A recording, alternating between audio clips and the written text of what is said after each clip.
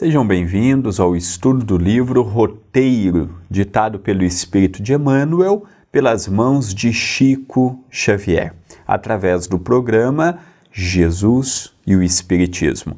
Agradeço a TV Mundo Maior e a TV A Caminho da Luz por me possibilitarem a possibilidade, a oportunidade de estar aqui semanalmente estudando esta obra que para mim é magistral, fabulosa.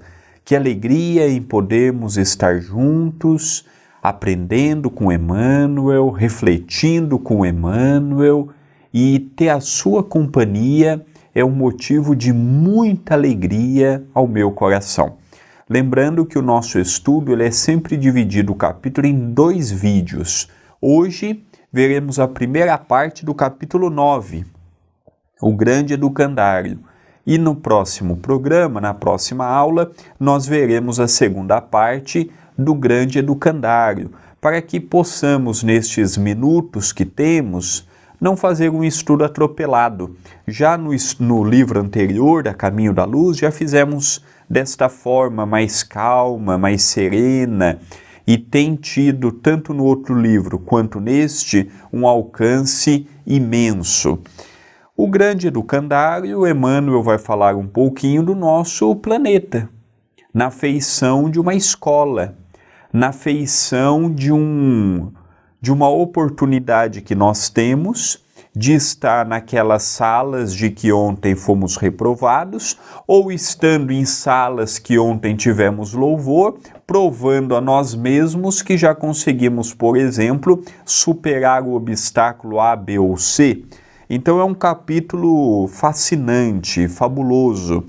Eu aproveito para convidar também quem está me assistindo pela primeira vez, seja pela TV A Caminho da Luz, seja pela TV Mundo Maior, no YouTube da TV A Caminho da Luz, youtube.com/TV A Caminho da Luz, você encontrará este estudo desde o prefácio. Hoje a TV conta com mais de 30 entre lives e vídeos gravados em estúdio, mais de 30 projetos indo ao ar por semana. Então eu convido todos para conhecerem também estes outros projetos.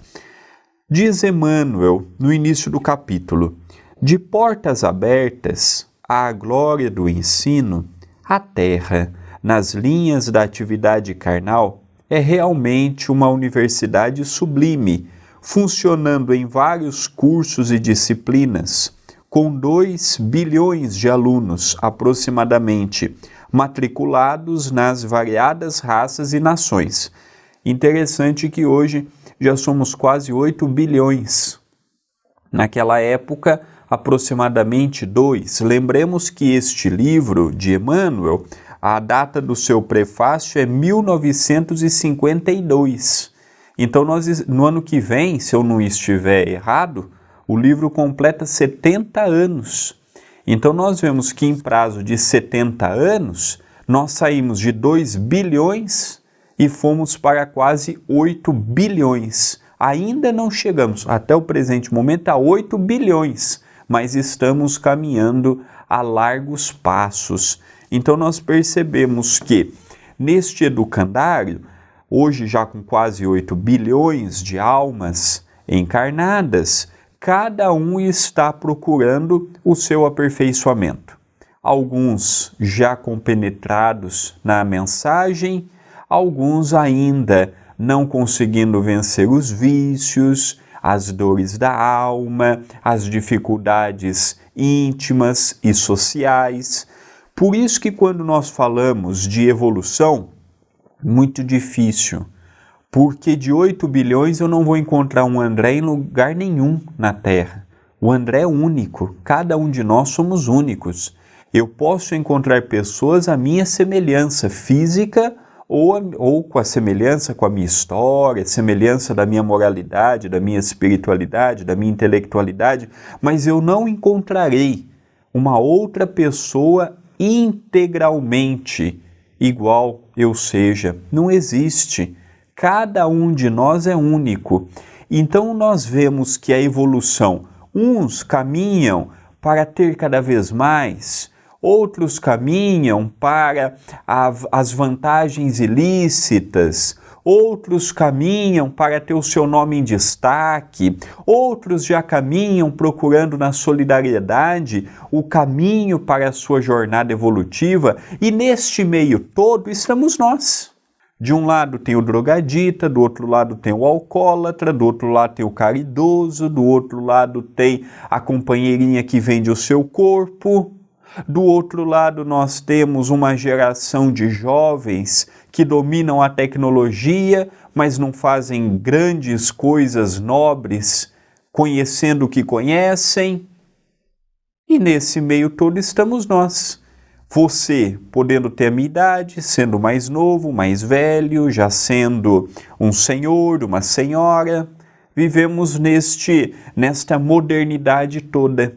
Então, como viver em paz, em harmonia, em equilíbrio, num planeta em que está evoluindo? Algumas vezes eu olho para a evolução e penso que estamos regredindo, algumas outras vezes eu olho e felicito por hoje já conquistar isso e aquilo, o que não tínhamos há tempos atrás.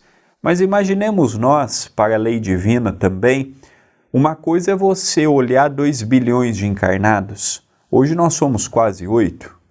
Imagina também o esforço heróico que esses espíritos anônimos não têm para manter o equilíbrio e a ordem na nossa dimensão.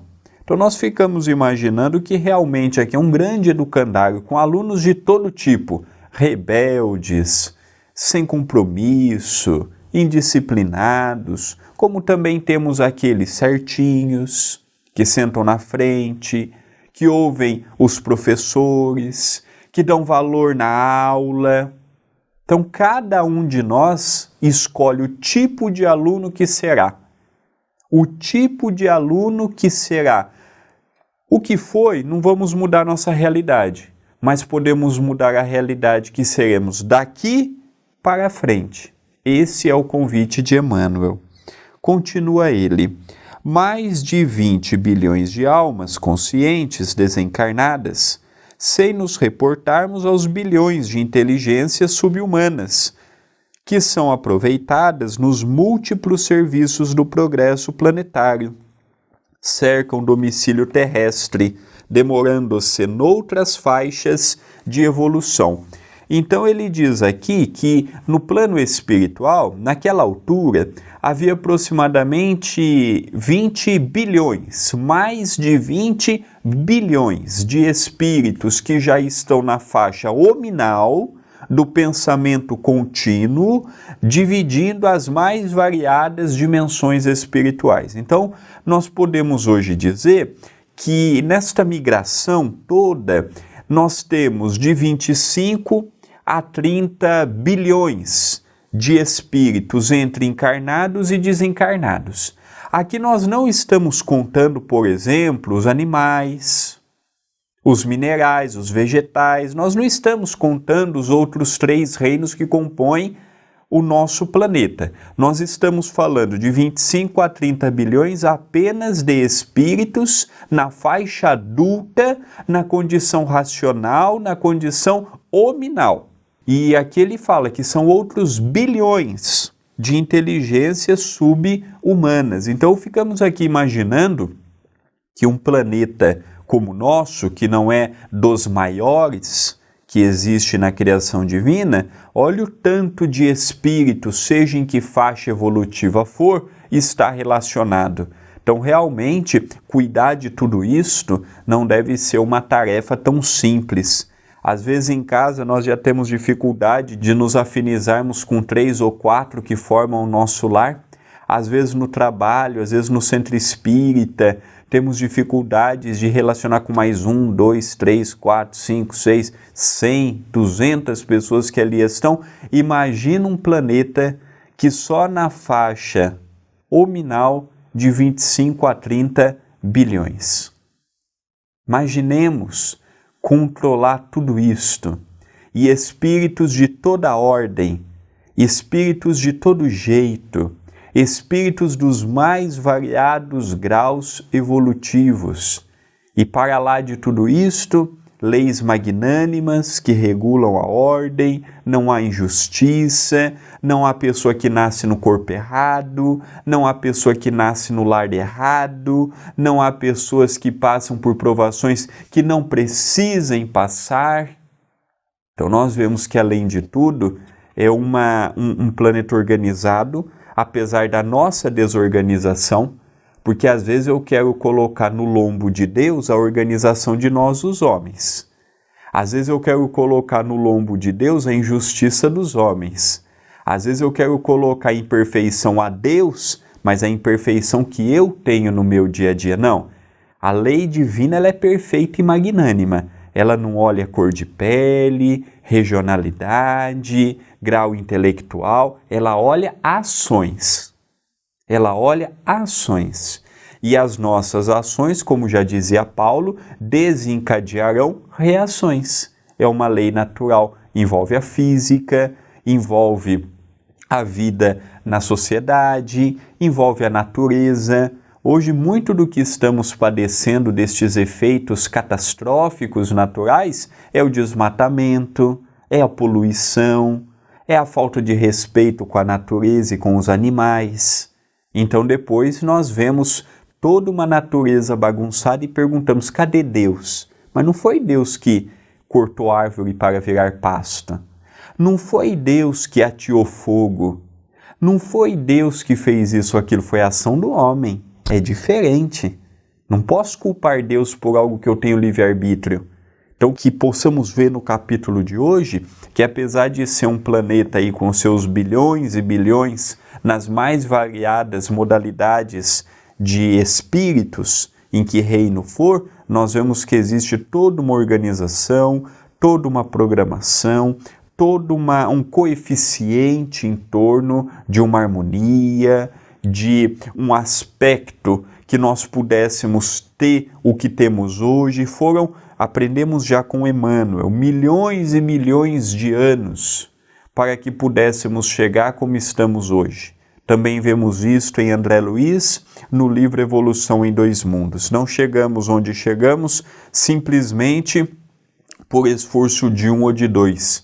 É o esforço coletivo culminando no que estamos hoje, mas ainda temos muito o que fazer pela frente. Vou deixando aqui o nosso WhatsApp, entre em contato conosco pelo número 19 997 78 2794 e te convido a inscrever no canal da TV A Caminho da Luz, youtube.com/TV A Caminho da Luz. Ali você vai encontrar estudos de André Luiz, estudos das obras de Allan Kardec, de Chico Xavier, lives do Evangelho no Lar. Temos ali um conteúdo exuberante, disponível gratuitamente a você que tem nos acompanhado, que tem estudado conosco, e peço carinhosamente que se inscreva no canal. Vamos para um rápido intervalo e já retornaremos.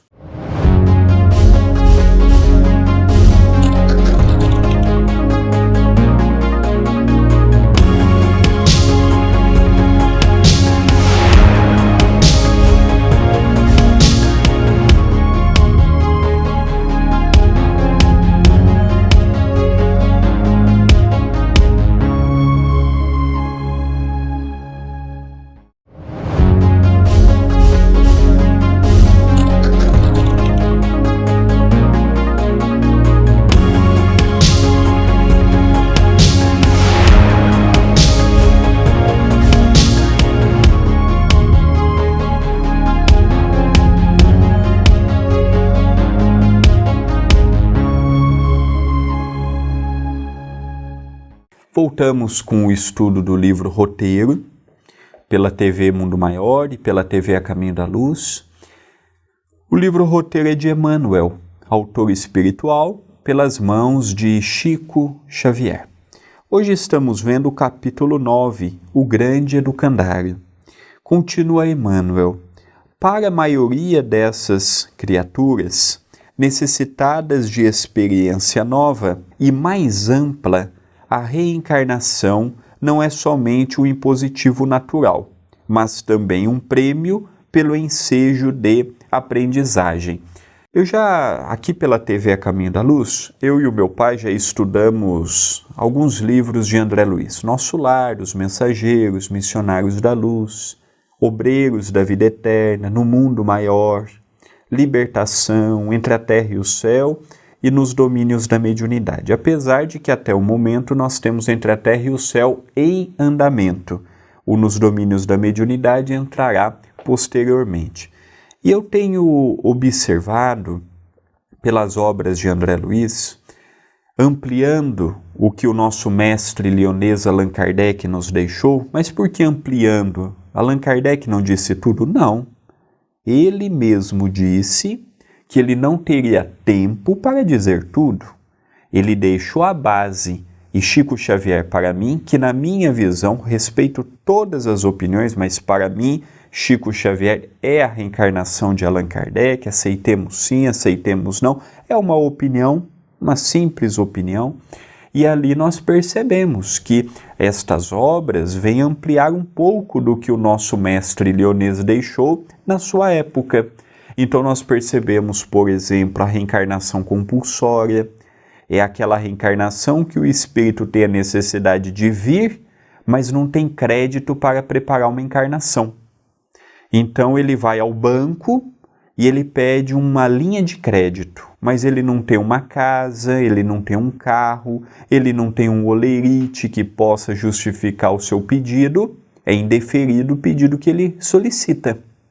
Assim também se faz na reencarnação compulsória.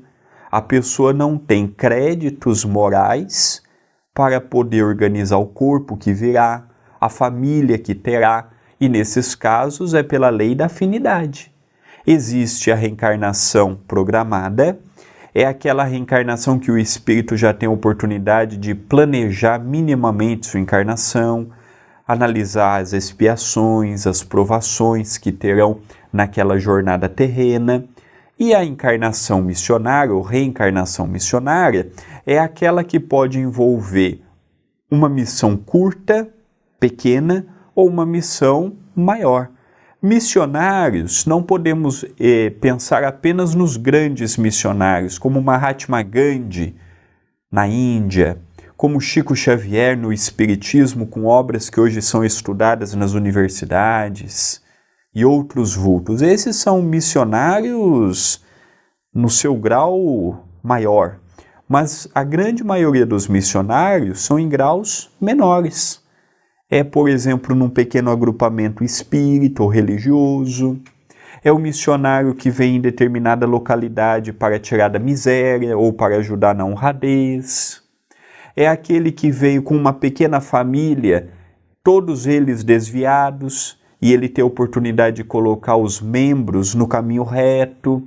Então, por missão, nós entendemos um grande leque. E a reencarnação é a base de toda a mensagem espírita. Se nós pudéssemos dizer que temos um dogma, artigo de fé indiscutível, nós diríamos que é a reencarnação no Espiritismo. A reencarnação é a pedra fundamental que dá para todos nós a compreensão da justiça divina, das leis naturais que nos cercam. Por isso que nós batemos sempre nessa tecla. E aí nós temos em Jesus, o co-criador maior, como nos diz André Luiz no livro Evolução em Dois Mundos, e ali nós percebemos a grandiosidade do mentor espiritual que o mundo tem, que é o nosso querido Jesus, a quem temos tanto carinho e tanto amor e respeito pelo trabalho heróico que faz há bilhões de anos frente a este planeta. Dando continuidade com Emmanuel, assim é que, sob a iluminada supervisão das inteligências divinas, cada povo, no passado ou no presente, constitui uma seção preparatória da humanidade à frente do porvir. Então, muitas pessoas se chocam com aquele livro de Humberto de Campos, o título, Brasil, Coração do Mundo, Pátria do Evangelho. Ah, mas então o Brasil é mais e melhor do que os outros países? Não. Só que eu gosto muito deste conceito de que cada país tem o seu compromisso. Da mesma forma que cada pessoa tem o seu compromisso, cada nação, cada região, cada continente, cada hemisfério tem um papel diferente do outro. Então nós percebemos que o Brasil será o coração do mundo e a pátria do Evangelho se nós, os mais de 200 milhões de brasileiros, espíritas, católicos, protestantes, umbandistas, todas as religiões afrodescendentes, os ateus e por aí afora, forem solidários. Eu não preciso ser espírita para fazer do Brasil ser o coração do mundo e a pátria do Evangelho. Preciso ser justo, íntegro, e ser justo e ser íntegro é independente de religião. É independente de religião. Na religião que eu for, eu aprendo. Aprendo os ensinos de Jesus, aprendo a necessidade da modificação. Todas as religiões cristãs têm como base o amor, a fraternidade, a solidariedade. Mas se do templo para fora eu vou fazer ou não, depende de cada um de nós. Simplesmente ir no centro espírita, simplesmente ir na igreja, simplesmente dizer que eu sou isto ou aquilo, não me dá verdadeiramente o título de ser religioso. Então o Brasil foi proposto por Jesus, por volta do século XV e XVI, a ser o coração do mundo e a pátria do Evangelho. Ser o celeiro espiritual do Evangelho. Se ele vai ser, vai depender de cada um de nós, do nosso esforço, da nossa dedicação, que é um país abençoado, eu acredito, como todos os outros também são, mas é um país que temos maravilhas, seja no solo, na terra, seja no clima. Então nós vemos o gigante que nós todos reencarnamos na atualidade e devemos amar muito estas terras, procurando fazer dela o Brasil um país novo, 500 anos de história. Há 500 anos na Europa já havia faculdades. Há 500 anos atrás na Europa já havia várias conquistas intelectuais, enquanto nós estávamos simplesmente sendo descobertos. Então o Brasil é um país novo. E não podemos também ficar justificando só nisso. Não, o Brasil é novo. Não, o Brasil é novo, mas o Brasil ainda está no estágio de uma criança. Precisamos agora nos tornar um adolescente e frutificar esta oportunidade que estamos tendo. E a última frase que eu deixei para o programa de hoje é quando Emmanuel nos fala: ontem aprendíamos a ciência no Egito, a espiritualidade na Índia, o comércio na Fenícia, a revelação em Jerusalém, o direito em Roma e a filosofia na Grécia. Hoje adquirimos a educação na Inglaterra, a arte na Itália, a paciência na China, a técnica industrial na Alemanha, o respeito à liberdade na Suíça e a renovação espiritual nas Américas. Então nós vemos que ontem o Egito, a Índia, a Fenícia, Jerusalém, Roma e Grécia tinham um papel primordial naquela altura. Hoje nós já percebemos que os papéis se invertem. Então em 1952 ele destaca a Inglaterra, a Itália, a China, a Alemanha, a Suíça, as Américas. Talvez se Emmanuel fosse escrever o livro hoje, ele poderia até dar outros exemplos. Ele poderia, por exemplo, mostrar o avanço tecnológico falando de uma cidade, de uma região como Dubai, por exemplo, construída pela inteligência do homem, que naquela época nós não tínhamos este exemplo. Então nós percebemos que de quando em quando compromissos são dados, mas são tirados, são modificados. O Evangelho, por exemplo, não veio com a sua raiz em Jerusalém, na Palestina, naquelas tribos que compunham aquela paisagem onde Jesus veio. Ele saiu de lá e foi para a França, que naquela altura trouxe com Allan Kardec o cristianismo redivivo, reconstruindo o cristianismo primitivo. A França não estava nos seus desígnios perpetuar o evangelho. Veio na França por ser o celeiro intelectual naquela altura. Da França, a árvore foi transplantada para o Brasil. Agora, vai ficar eternamente no Brasil? Não necessariamente. Pode ficar hoje, pode ficar por um período, e amanhã pode aclimatar num lugar que lhe dê guarida para os seus fundamentos e para a sua prática. Nada na lei divina é eterno. Nada na lei divina fica permanentemente naquela situação. Hoje, a árvore do Evangelho está no Brasil. Ah, mas então os outros países estão todos perdidos. A salvação está só no Brasil. Não, isso é um pensamento ufanista. Isso é um pensamento preconceituoso, em que eu elevo um pensamento e diminuo dos demais. Não. Se o coração do mundo é a pátria do Evangelho, é partir daqui fundamentos que chegarão em outras localidades do nosso globo. Não é dizer que nós estamos num grau de superioridade, mesmo porque, moralmente falando, nós temos o Evangelho do nosso lado, mas ao mesmo tempo temos muitos costumes ainda aqui mesmo no Brasil que precisamos vencer no nosso dia a dia. O capítulo, ele continua ainda falando desta ideia que eu gosto muito, por exemplo, de que cada país tem um compromisso espiritual, tem uma finalidade.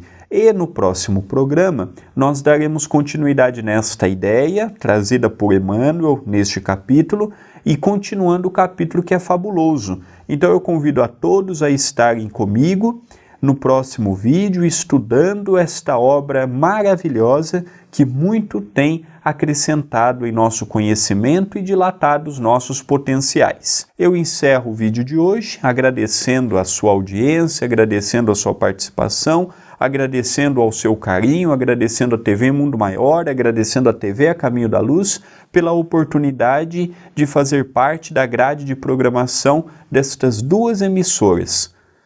Agradeço a cada um que está me acompanhando e desejo que a nossa semana seja de paz, de luz, de harmonia e na próxima semana aqui estaremos novamente. Votos de muita paz a todos.